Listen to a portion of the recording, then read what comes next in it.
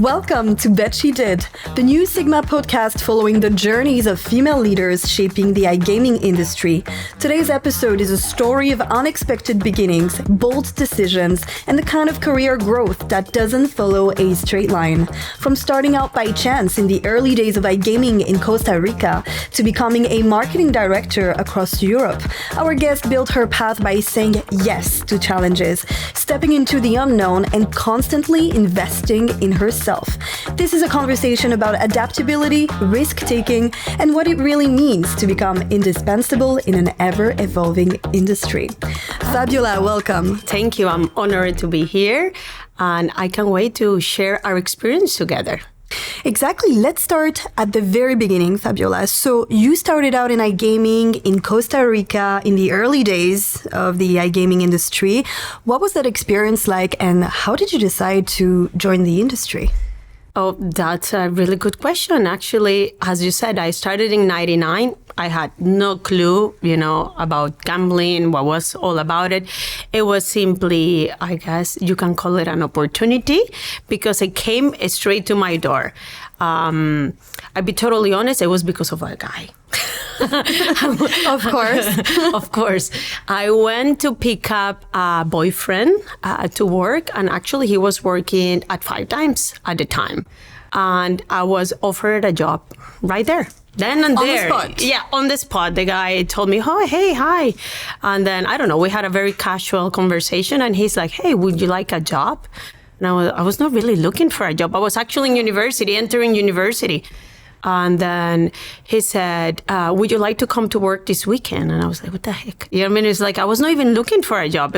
But then I decided, you see, when you decided, I negotiated as well. He was offering me a bit less. And he said, I remember he said $6 an hour. And I said, $8 an hour. And then at the end we met at the middle, and then he said $6.50. I say $7. And then he gave me, I'm never going to forget, because this guy went, okay, just wait 1 second. So at the end, he never called the person that I was waiting for. And he came with a manual. It was this thick. It was like one of those dictionaries, like the old books, And he's like, well, you need to learn this by Friday. Wow. An industry that you've never heard of before. Nothing. That you didn't know anything about it. Nothing, no clue. Your boyfriend has never told you about it. Nothing. He never shared any insights. I was just dating him. It was a new boyfriend. And here you are with this new job, trying to learn a huge manual. Can you tell me more about the job? Because I understand that you've worked in a lot of different positions. You've done a lot of different roles. You went from customer support to operations to marketing. How is that experience beneficial to you and for your growth in the industry?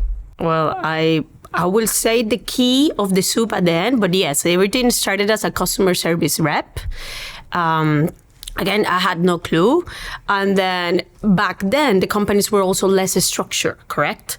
So I started as a customer service rep. I had no clue of anything. Someone just sat with you and they start, mentoring you. What are the most common questions the gamblers had at the time? Everything was over the phone, remember, back then? Exactly. Early 2000s we're talking, so... It's exact. Well, it was 1999. Everything was over the phone. Everything was over the phone. So we had a call center. The operators were all call centers back in the day. And then even the wagers, where everything was over the phone, even the papers, because I work in customer service, we'll receive the papers by fax. Correct. And each client, compliance was by fax, and you used to have a folder for each client, with their driver license and whatever they had, Back then it was PayPal, NetTeller. It was a complete different story than what we see nowadays, correct? But at the same time, people needed to learn more about different positions as well. Because there was demand and we were busy. And it was, as an example, imagine NFL season. Correct. Everybody's busy. So you needed to learn all the teams. You needed to take wagers. People needed to be proactive as well. You couldn't stay just in your, just doing one thing. It was part of the role as well. Okay. So I think right there, it was people needed to be more problem solving. When was the moment where when you found out actually that being in different positions is better, is more beneficial to you rather than staying in one place? I think it took me a while. It was not just when I started, I saw my anger for learning. And I always say, in the moment there is growth, you actually grow when you when you lose the comfort zone.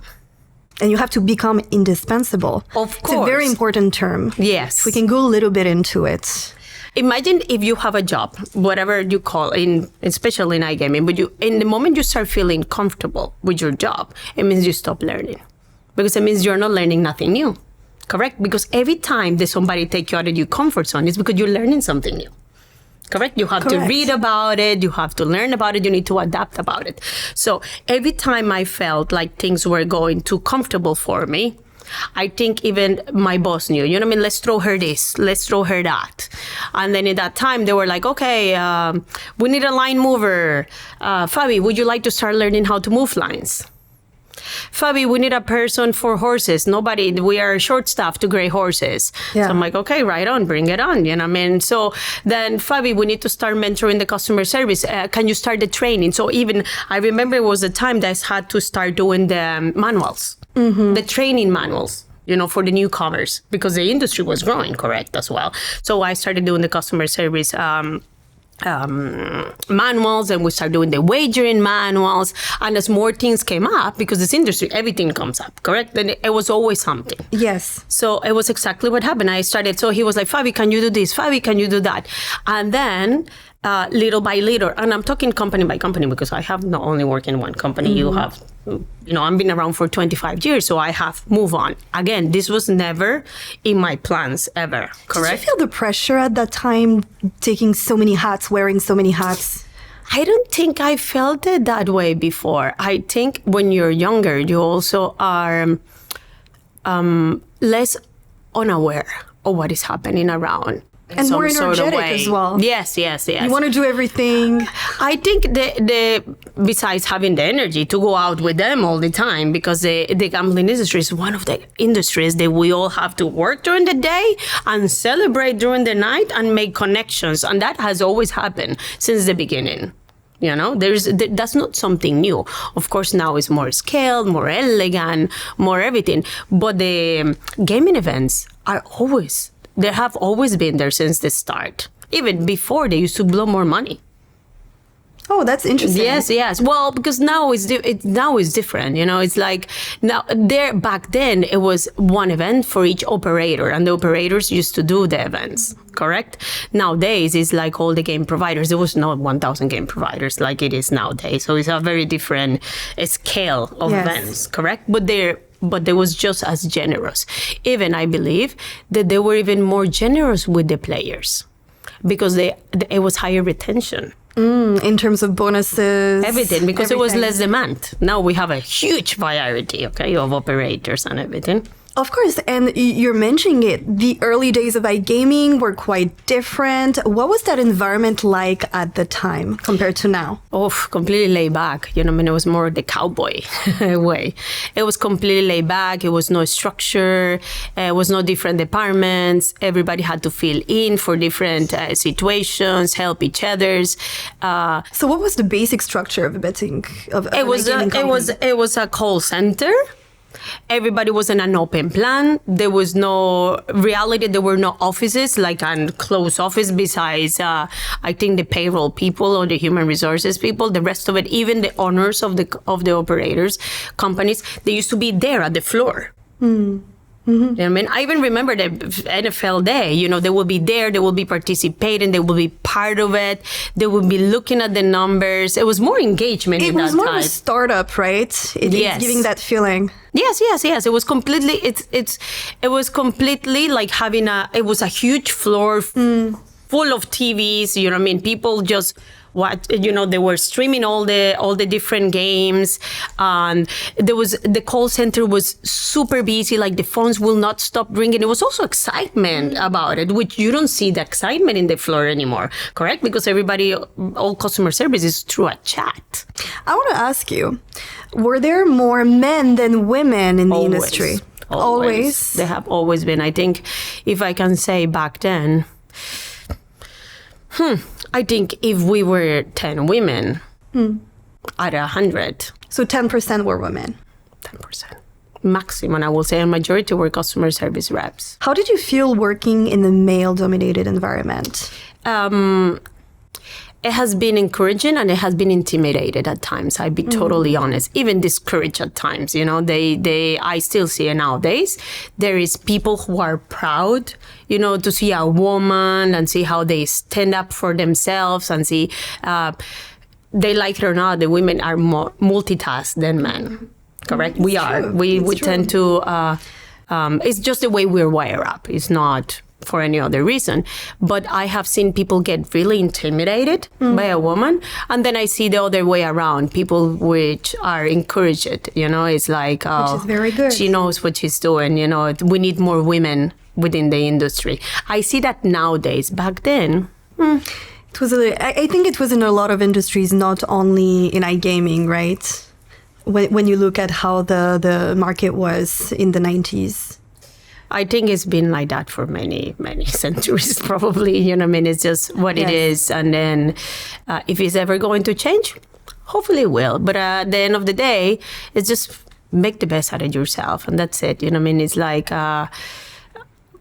help each other's, lift each other's up, and then just navigate through it. That's all. And also, at some point in your career, you took a step back and you did something very important for yourself. You went back to university. You studied marketing and psychology. Correct. How do you think that this knowledge helped you grow and is helping you today in your work? I think it was actually a key to my growth. I totally believe it, because knowing marketing, which all this is now called neuromarketing, correct? Isn't the more modern terminology. But marketing back then, it actually teach you how the consumer behave. Okay, so you can actually say, well, okay, this is how the consumer behaves. In iGaming, are we serving our clients? What are they demanding? We started understanding that it was not just a call center. Correct? Because at the time, Correct. It was like that. It was more than that. Yes, and people don't realize how important is psychology in this line of work. Customer support, marketing, it's at the core center of these roles.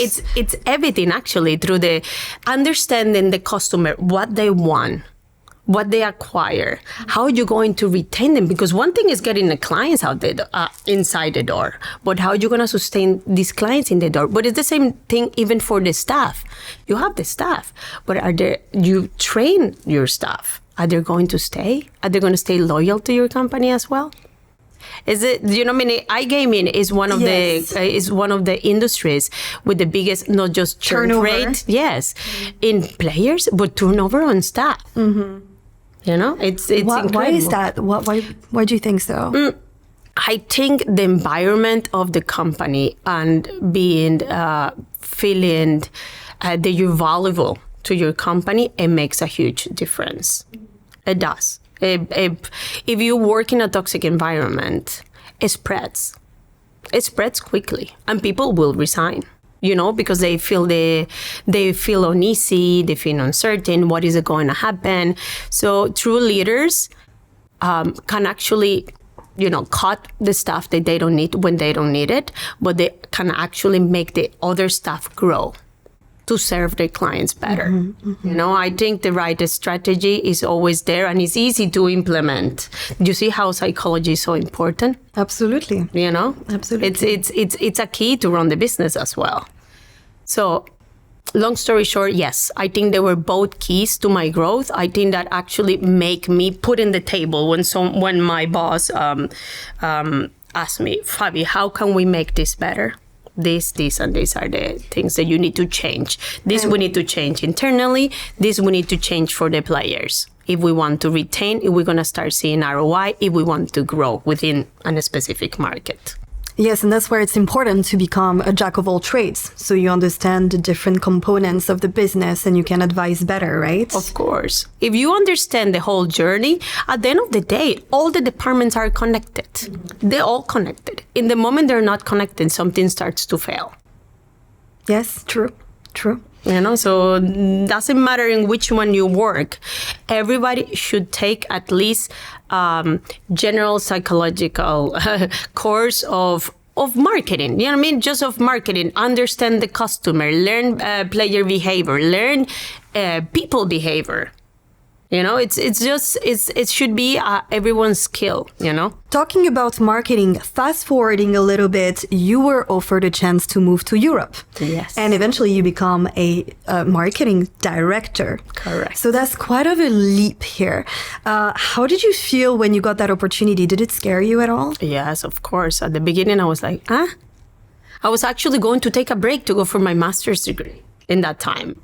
And then I was approached by this company, Technalis was the name of the company in Spain. They developed software, and then they also had a sister company where they had, at the time, they had two bingo sites. Which bingo wasn't my thing either. It was completely new to you. Yeah. Like I only knew casino and sports betting, that would say. So the opportunity was to help them finish to develop their marketing section for the software, correct? Because I understood a lot about player behavior and this type of things. And then also to run part of the operational side and all their marketing for the bingo brands. And I was like, well, I don't really know anything about bingo. But then inside of myself, I always said, I will figure out somehow. Like you've always... Yeah. I will say I will learn. And I started reading, and then I started looking at their websites. I started researching who were their competitors, what they were offering.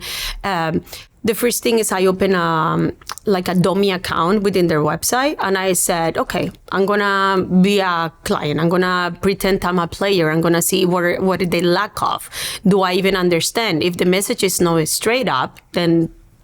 So anyway, I did. The guy actually sent me a test. It was not like a test. It was like a survey. Like, what do you think about our website? What do you think we can do better? There were general questions. I wrote this guy, I don't know, it was like a 5-page thing of things that they should improve.